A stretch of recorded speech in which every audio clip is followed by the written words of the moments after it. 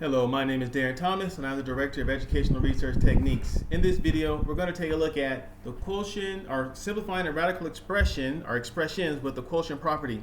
So let's go ahead and get started. So we're going to take a look at four separate problems here. To understand the quotient property when you're trying to simplify radical expressions, it's better to see an example than to try to talk about it theoretically. Once you see an example, it'll make a lot of sense. So this is what we're going to have here. Imagine we have here the square root of 75 over 48. Now, excuse me, that's kind of ugly. Now, here is the problem. As this is now, we cannot reduce this right now because we need a square root. However, if we find a way to make it so that the top number and the bottom number are a perfect power of the index, which in this case the index is 2 is for the square root. In other words, if we can find a number, a way to factor the numerator and the denominator so that the second number will be a perfect square, then we'll be able to get somewhere. So again, that's very abstract. Let me show you what we need to do here. So if I want to deal with this is what I would do. So if I multiply the top and if I multiply the bottom by 3 so that I still get the same original number, the magic is this. As you can see, you know already that 3 times 25 equals 75. 3 times 16 equals 48. But here's the secret. Now, with this number right here, I have a perfect square. And we already know that when you have the same number in the top and the same number in the bottom, it cancels out like this. And so essentially what I have now is, if you just take a look at this next one, I have the following. I have the square root of 25 over 16. But wait, there's more. I can also reduce this to where I have the square root of 25 over the square root of 16. Again, these are all principles of the quotient property. And my final answer, if you don't mind, will be the following. The square root of 25 is 5. The square root of 16 is 4. That's your final answer. And so you can kind of see how this process works here. It's very, very interesting how this works out. But we need to move on. I need to show you a few more examples in this particular video. All right, so this time it's a little bit different. It's a little bit different. Let me show you what we got going here. This time we got the cube root of 54 over 250. Now we have to go through the same process here. And so this time that second number, it must be something that when you multiply itself by itself 3 times, you get the product, if you will. Now that doesn't make sense talking about it. So of course we have to go through the example here. So this is what I'm going to do. I'm going to multiply this again by 2. So we're going to multiply by 2. And so to get 54, I need to multiply it by 27. Oh, there should be a 3 out here, excuse me. And to get 250, I need to multiply by 125. Now here's the thing, here's the secret again. I hope you can see this.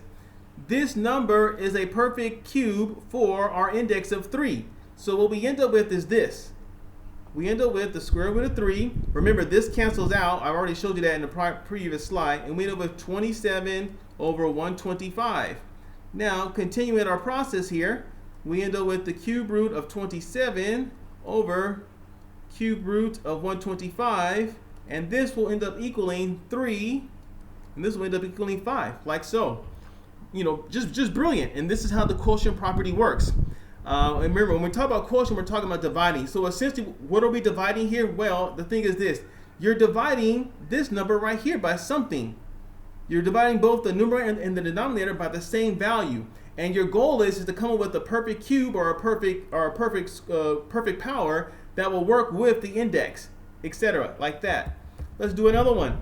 But this one will be a little bit different. So what we're going to do now is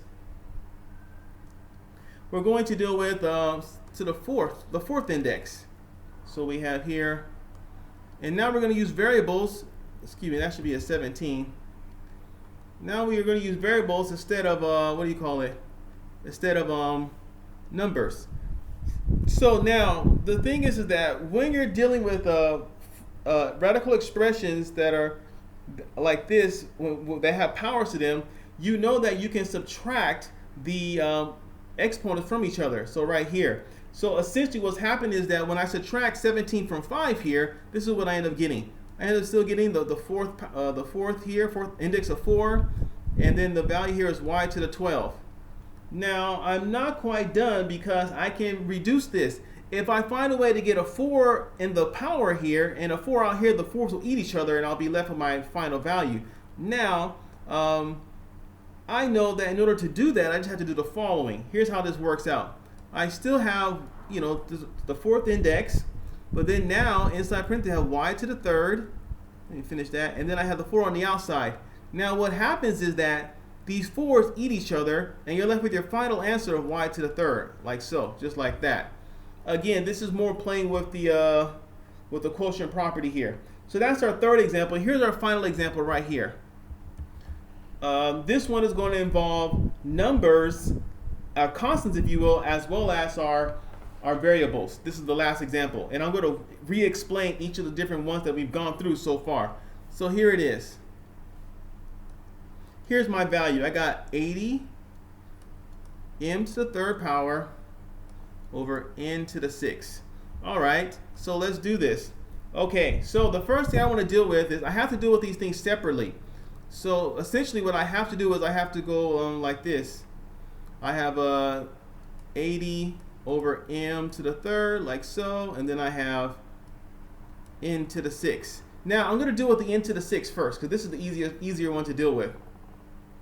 Another way to write this, and this is where it gets kind of weird, is the square root of n to the 6th equals the same thing as having n to the 6th power raised to the 1/2. Now when you do that, you do 6 times 1/2, you get n to the 3rd. That's it.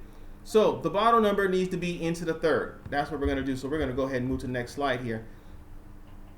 N to the 3rd power is going to be our denominator. Now we have to deal with this pesky 80 m to the 3rd. This is going to take a little bit of work. Now, the first thing I want to do is I want to try to split these things into two separate factors, or I'm sorry, two separate square roots as I work with them. So it's almost like making a factor tree. So here we go. There are many different ways to get to the final end goal, but one way is to do 40m squared times the square root of 20m. All right, because when I multiply these together, I get 80m to the 3rd. And of course, this one over here will get reduced to 2m because the square root of 4 is 2. And like I said, the square root and the power, they eat each other. You just get m. Now for this guy, it's a little bit more complicated. I have to split him again, basically. And I have the square root of 5, if you will, 5m. And I have the square root of 4. How come I don't put an m here? Because if I put an m here, this will become 20m squared. I don't want that. And so this breaks, this breaks down to 2. And so here's kind of what I have with the numerator so far. I have 2m multiplied by the square root of 5m multiplied by 2. So if I just combine the like terms like so, this is what I get. I get 4m multiplied by the square root of 5m. Now one last thing I have to keep in mind is that the original m was squared here, so I have to make sure I have the absolute value of that. And this also applies to the denominator. It was really n to the 6th power. When it's even, you have to make sure you indicate that by having the absolute value here. That's fairly technical, but that's technically how you're supposed to do it. So our final answer is 4m, the absolute value of m, times the square root of 5m over the absolute value of n to the 3rd power. That's how it works. Now, before I conclude the video, I just want to kind of walk you through what happens to make sure things are clear. So in this video, we were exposed to the quotient property for simplifying radical expressions. And basically all that is that by finding a certain number to divide your numerator and denominator by, with the goal of finding a value that is a perfect power or a perfect cube or whatever of the index, you are able to simplify the radical expression.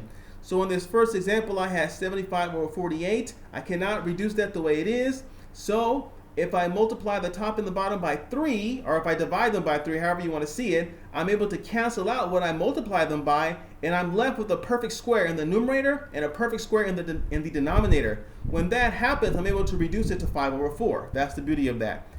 And this is an extension of the same ideal, except instead of a square root, we have a cube root. And so we went through the same process, and by this time, we needed to find a number that was a perfect cube because our index was 3, if you will. And so our final answer was 3 over 5. In this particular example that we looked at here, what's happening this time is that we don't have any numbers, we only have variables. So the first thing that we needed to do is that we needed to subtract the exponent of the numerator from the exponent of the denominator and find the difference. After we do that, it's kind of more of a product power type situation, which is something we discussed in prior videos, and we were able to get our final answer of y to the third. And then in the last example, we just had a situation where now we have numbers in the numerator plus variables and also exponents. And so first thing we did was we split them apart, again keeping in mind the characteristic of the quotient property. We split them apart like so, and I dealt with the denominator first because that was the easiest one to handle, into the third. And after that, we dealt with the top by doing some factoring. And so when we completed that process, we got our final answer here. But one thing you had to keep in mind is that because the original exponents were even, you have to keep in mind that technically the answer has to be absolute values for the m and the n. And again, we talked about this earlier within the video. So I hope that this was useful for you and that you were able to understand what we were talking about when we were trying to address the ideals in this particular video about the quotient property of simplifying radical expressions. My name is Darren Thomas. I am the Director of Educational Research Techniques. Take care.